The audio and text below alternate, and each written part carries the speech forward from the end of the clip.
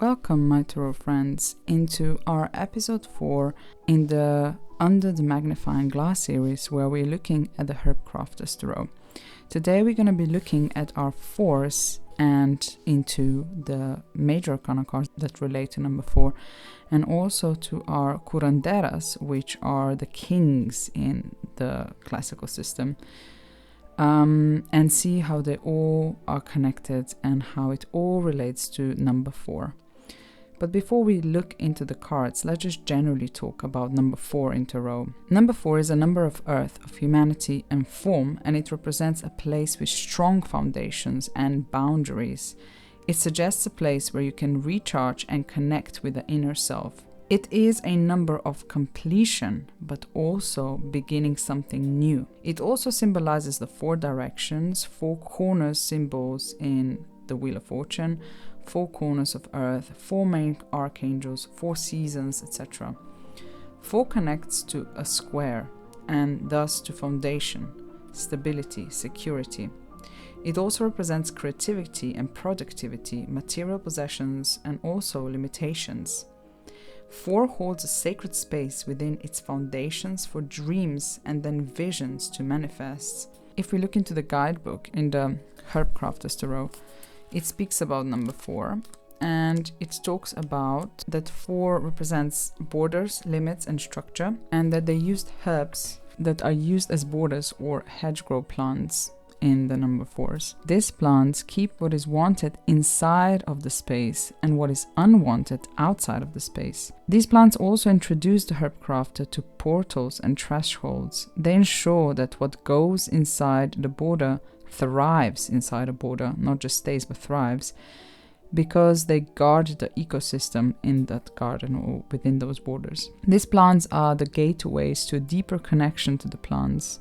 They also represent the start of the second mini drama, which is number 4, 5 and 6, and this is where the Herbcrafter begins to cultivate community. These plants take the Herbcrafter out of her own experience to build a bigger world. And as we know, in number 3 we had the abundance, and then from the 3s with abundance we go to 4s that teach the Herbcrafter of edges and boundaries we need to set. She becomes, or he becomes, aware of external factors that can affect her journey and that leads to her learning how to create sacred space. Number 4 is related to discernment, intention and mutuality, which all become important as the Herbcrafter seeks to protect the ancient ways. In this deck, there's a lot of importance put onto, the heart, giving, receiving, because hands relate to the heart, but also to the ancient ways, to our ancestors. 4s ask Herbcrafter to create a threshold and then walk through it, which I find very beautiful, poetic, and also very true. Now, if we go into the cards, I'm going to tell you firstly what I saw when I looked into the cards, what I felt, what associations I made when I was just looking at the card, at the picture. And then we're going to, for each card, look into the guidebook as well, what it says. So if we start with 4 of air. So my observations about it were, the first thing I noticed was the 2 bowline, which speaks of the suit of air, because this is throughout the whole deck we see these in the suit of air. So that's quite obvious, the first thing, okay, this is the air suit. And then we see that there are gloves and the shoes on the floor left, and it feels like some work has been done, right?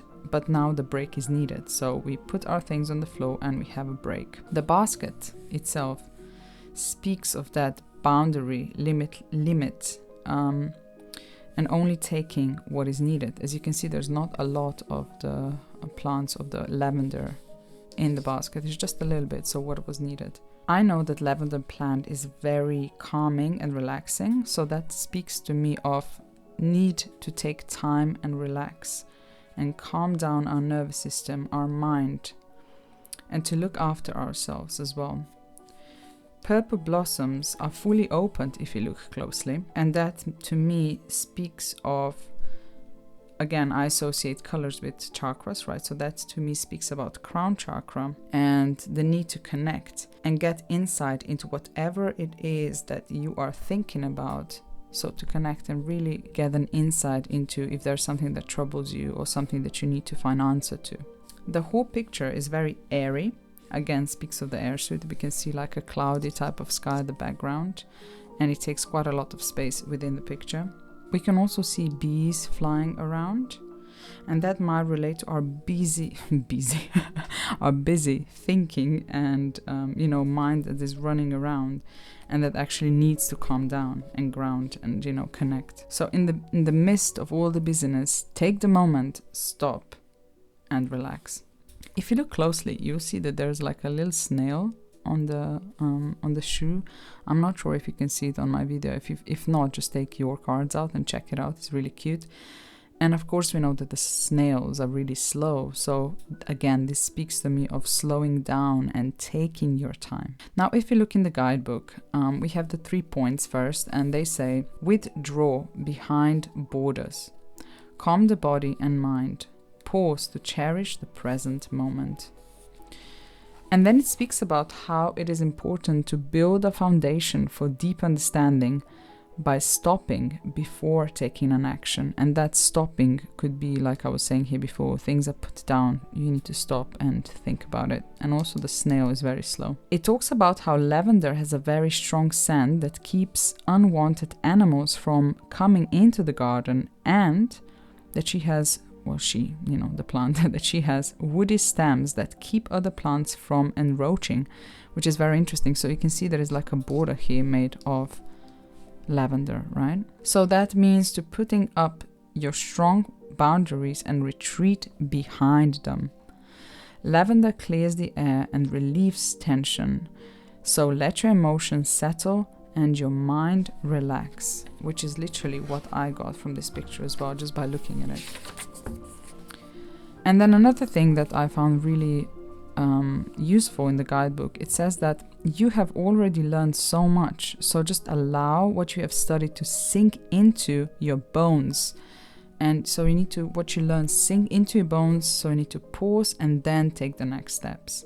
I absolutely love this about this card. And then we have, crafting. We have 3 points, but I'm only choosing one, and that is to keep lavender oil with you for an instant calm, and put it in your palm and slowly breathe in and breathe out. And I've done this before and it really, really helps. I just put it actually a little bit on my wrists and then rub them together, and then you can just breathe in and out whenever you feel like you need some calmness and relaxation in the busy day, So that was 4 of air. Now let's move to 4 of fire. So my observations were that the first thing that stands out to me is that the scene is very, very busy. We see so many things scattered on the table, so many good things. And we have lots of red as well. So that to me speaks of action, and instantly action to me is related to the suit of fire. We also see the fire at the background and a lot of red, like I said before, again, relation to fire. And we see the cushion here, and on the cushion we have a Guadalupe on it, which speaks to me that this is about spiritual connection, and it looks like they're creating some sort of, or doing some sort of ritual in relation to that spiritual practice. It's very magical and it feels very ceremony-like, this whole scene. Also, the room feels very cozy. We see that the sunlight is coming from the back, and it feels like it is that warm evening type of, or afternoon type of sun. So it's a very cozy feeling to the picture. So it's very optimistic, nice feel to it. The 3 points that we have say, make a little magic, stir up a special ceremony. So literally, it feels like a ceremony is going on. Holy helpers guide you and lend you power. Honor the beings who guard the liminal places. And then it speaks how elder, because this is the elder flower, right? So how elder provides protection from stormy weather to small creature and tender plants. So when it grows, how it provides that for the creatures. In the guidebook, it then speaks about, or it's written about, a crone who lives in the elder trees and guards the portal between the land of the living and the realm of the dead. It asks us to invoke the aid of holy helpers like this crone.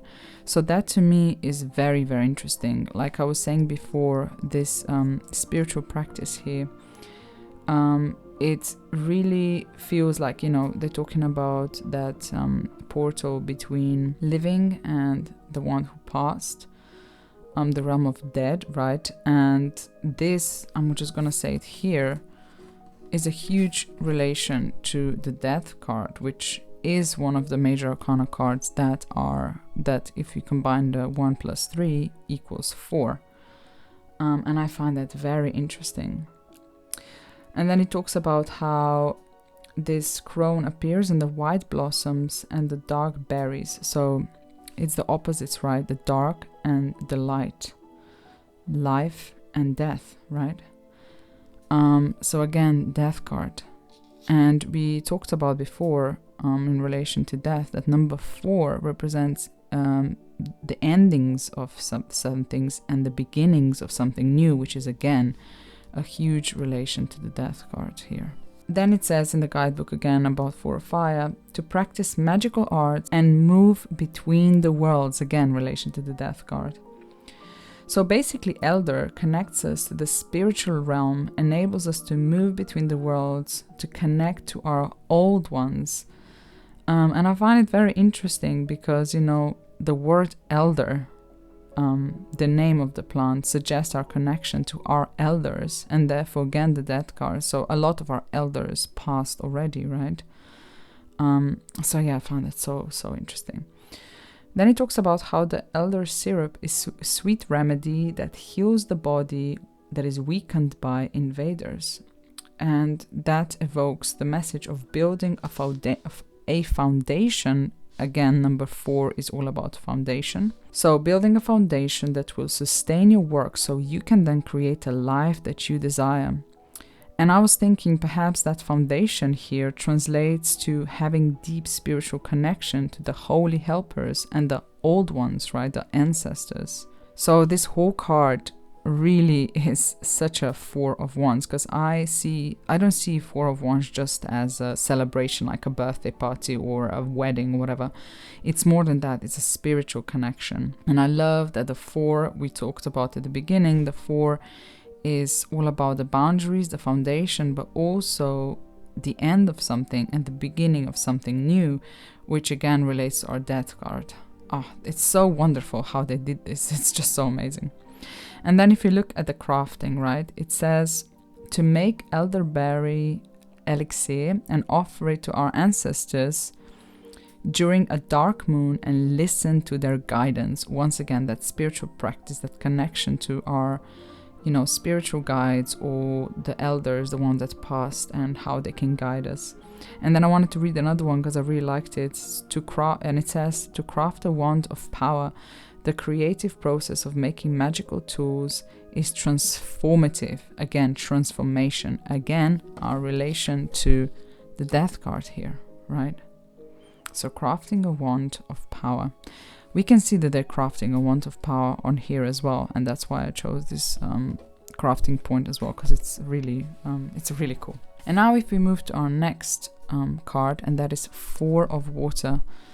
This card fell out for me quite a bit when I started working with Herbcrafters, so I really love this card. First of all, my observations.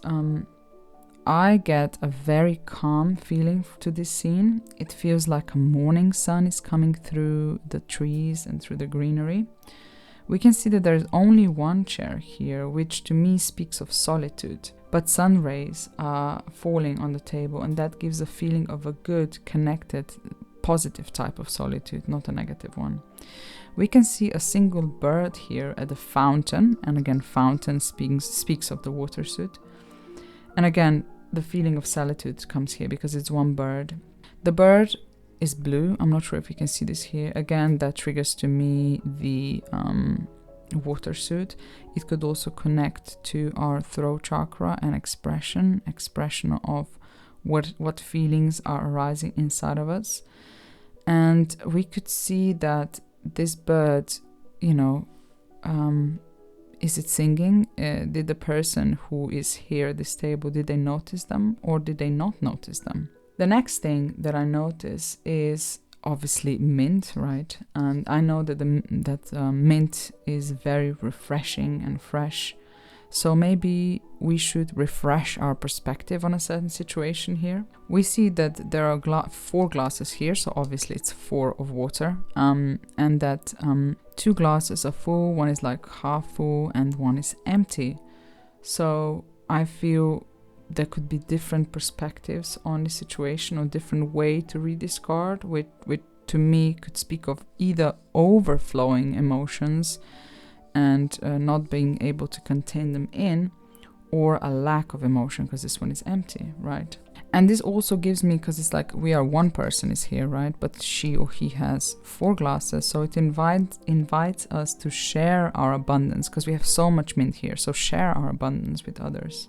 And we can see that the sun is shining on the table, like I mentioned before, and that triggers to me not only that good, positive, nice feeling, but also the outside source is shining a new light onto the situation, right? Because the sun comes from the outside, so something from the outside is shining a light on the situation, and then it's onto us. Are we gonna notice the sun, or are we just gonna ignore it? And then if you look into the I also noticed again the chair is a purple color, again connection, crown chakra, right? Like I said before.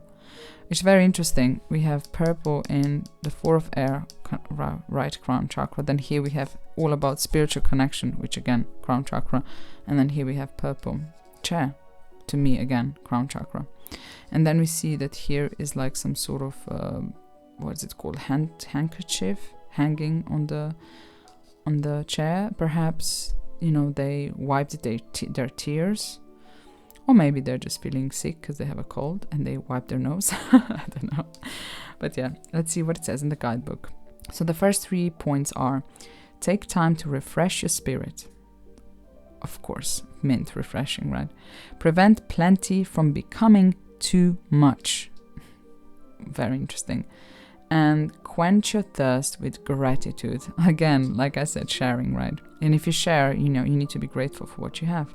One more thing I noticed on this is that the mint, it talks about how the plants in force are the border plants. So we can see there's a border here made of mint, right? It's like a mint fence here. And we are inside that mint fence.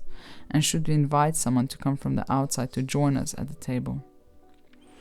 Okay, let's go back to the guidebook. So it says, creating a nourishing space to contemplate our feelings is important. Mint is often used as a border plant because it can grow as a lively hedge, but it also can overtake the garden if it isn't contained. And similarly, our feelings can overwhelm us if we don't contain them. How cool is that? It then says to replenish your emotional reserves with uplifting practices. So uplifting, being outside in the sun, it's uplifting, looking at the beautiful nature, drinking a beautiful, mint water. Mint tea is energizing and refreshing medicine. Notice and appreciate the blessings in your life. Do not take them for granted. How cool is that? Although you have a lot of things and mint is growing abundantly and very quickly, you still need to stop and appreciate what you have, right? So I love how they're putting a big importance onto gratitude in this deck. And then it speaks how gratitude practice can build a foundation for emotional stability. We know that when you feel grateful, when you feel like, when you do notice things that you do have in your life and not just focus on things that you don't have or that you don't want, you will feel happier and more content with your life and with your emotions. And then it also speaks about the bird there, and it says that we don't know if the bird has been overlooked, even though it has a very loud call. And then it talks about sit quietly and bring your awareness to what you have overlooked. I love that. They also just mentioned that there is the discarded handkerchief hanging on the chair here. It doesn't explain why, so we could just guess that it might be from the crying. And then if we go into the crafting points, I love this one. Begin a gratitude practice with a pot of warm peppermint tea. Isn't that nice? That's something I might start. Every morning I make myself a warm peppermint tea and then write down things into my journal that I'm grateful for. It's a very, very good practice. Okay, and then if we go into our last suit here, so 4 of earth, we have a willow tree. I love willow trees. They're one of my favorite trees in the world because they're just so beautiful and graceful, and they create this safe space, right, with their branches, which they talk about in here as well. But if I firstly read you my observation and things that I noticed when I looked at this card. So first thing that stands out for me is obviously we have a basket here, right? Basket is being made, and we know that in this deck we have baskets for earth suit, so it's quite obvious that it's the earth suit. I notice, and I know obviously, that the willow trees create a safe, secure space and therefore borders, right? And if we know anything about borders and connection to number 4, we would know that this is 4 of earth. Willow branches, because I've been surrounded by willow trees my whole life, I know that they are very flexible and also strong. So I think this message here is to apply this to yourself, to be strong but at the same time willing and flexible. We see that there are lots and lots of branches here collected. So there's a lot that you can create a lot of baskets, not just one. And that to me is again an invitation to, first of all, be grateful that you have an abundance of things, but also to share what you have with others, because here it feels like, again, I can't see any chairs or anything, I can't see hands. It feels like there's one person doing the work here.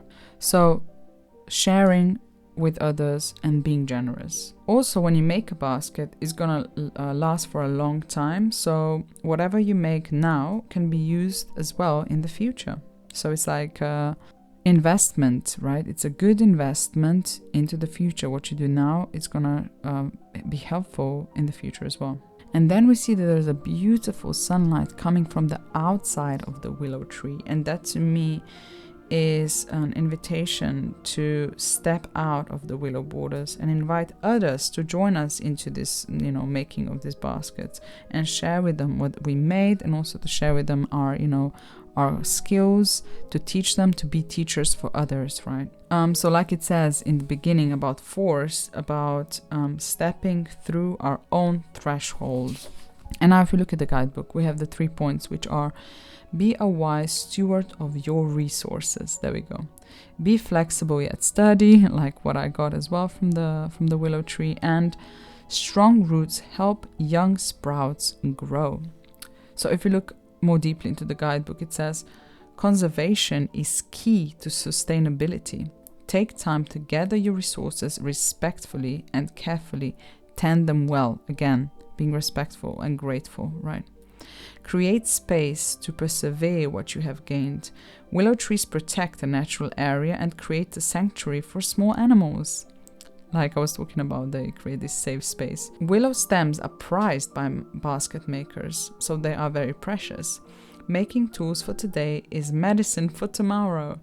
Literally what I said before as well. Build a foundation for your future harvest. And then it speaks about how you can make a tea from willow branches, and you can use them as a rooting hormone to pour, like a tea onto other plants, or the earth where they grow from, and that this tea helps these other plants grow easier. So be generous with sharing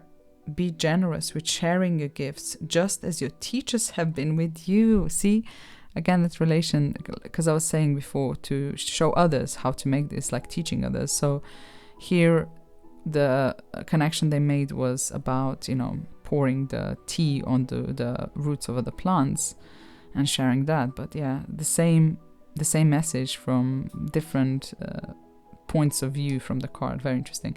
And then if you look at the crafting, I chose this one. I really like it. So frame an altar with willow branches and place objects representing what you want to be protected inside. So it's like that intention, that vision, you know, when you're putting objects, imagining the things that you care about, and then the willow branches will protect them. How beautiful is that? So these were the 4s, okay? And now if we look at the 2 major arcana cards that come here, and I already talked about the Death card, which you can relate to the 4 of fire, and obviously it feels like this altar here is like as well, it created like border here, isn't it, for our spiritual connection. And we have 4 butterflies here. We have 4 butterflies, again number 4. And that spiritual practice, connection, ending of something, the beginning of something new. It says in the guidebook, actually I checked, that what must died has given you life. I like that.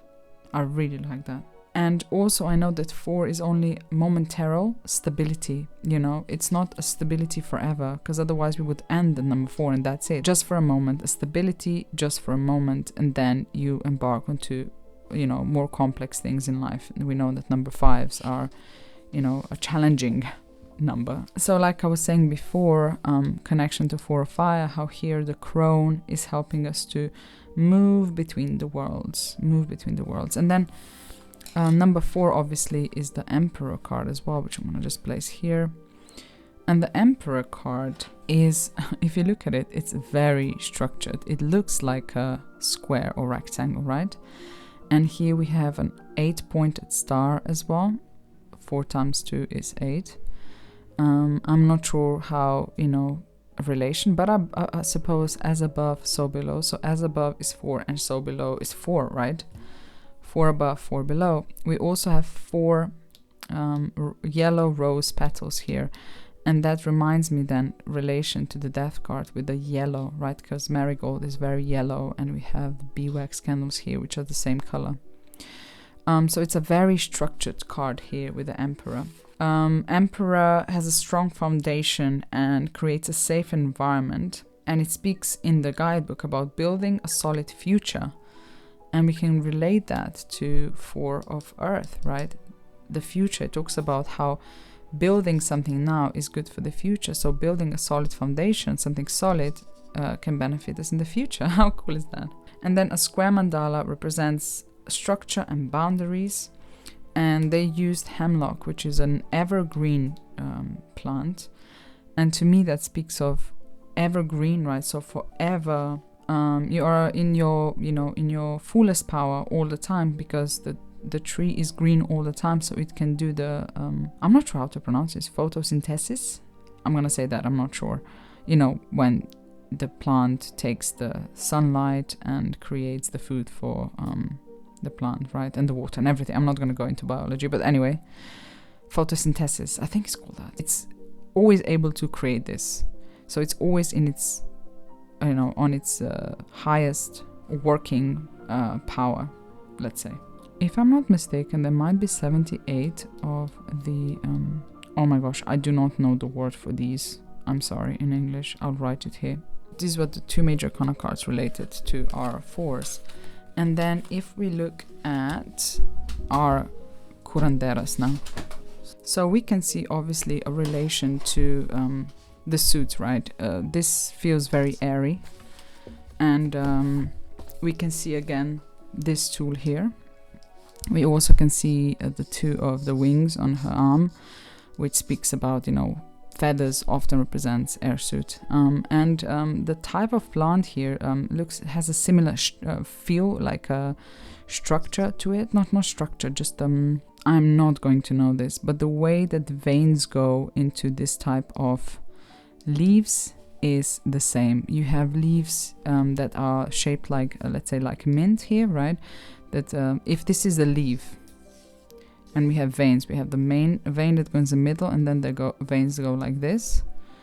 And then in the plants like lavender and rosemary, you would have a thin leaf and the veins go like straight like that.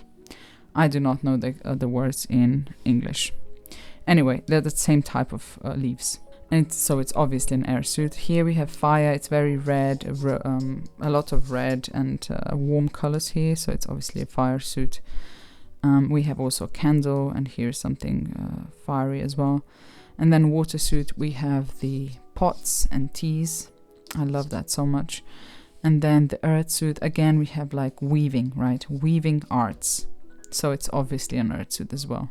And oh, I love that so much. They are so beautiful. Oh my gosh, the curanderas. And we know that the curanderas, the kings, right, are the masters of their suit.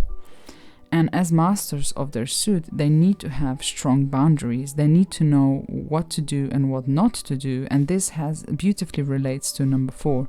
Obviously, as well, if you look at, the 4 people's cards, we have 1, 2, 3, 4. So page, knight, queen, and king. So king is in place of number 4 again. So with that in mind as well, it's obviously related to number 4. But also, yes, they are the curanderas in this specific deck are the healers, the masters. They have wisdom, they have legacy, and they have counsel, right? They know how to help others, share with others. Again, how beautiful. We were speaking about sharing with others. We were speaking about being a teacher to others, share what others has taught us to then on to other people. And we know that curanderas do that. That's their not job, but that's what they do. Curanderas, it says in the guidebook, are also the keepers of the elements, the keepers. So, number 4 creates a boundary within which we keep things like we want them to be. So there's another relation to the curanderas here. I'm not going to go too deep into curandera cards because we will dive into each card, as we go, but I just find it's such a beautiful connection here with the 4s. So yes, this was the episode number 4 with our 4s. And I really hope that you learned something new maybe about your deck, and also perhaps if you notice something that I haven't noticed, please write it in the comments below. I would be really curious to see what you think, what you feel with these cards. How did they speak to you, because every person is different and we all notice different things and, connect the dots a bit differently. So I'll be very, very happy to hear your feels about this, about these cards. So yes, I hope that you have a beautiful rest of the day, night, evening, morning, whenever you're watching this video. And I will see you in the next episode, number 5, where we will be looking at 5s. So until then, bye bye.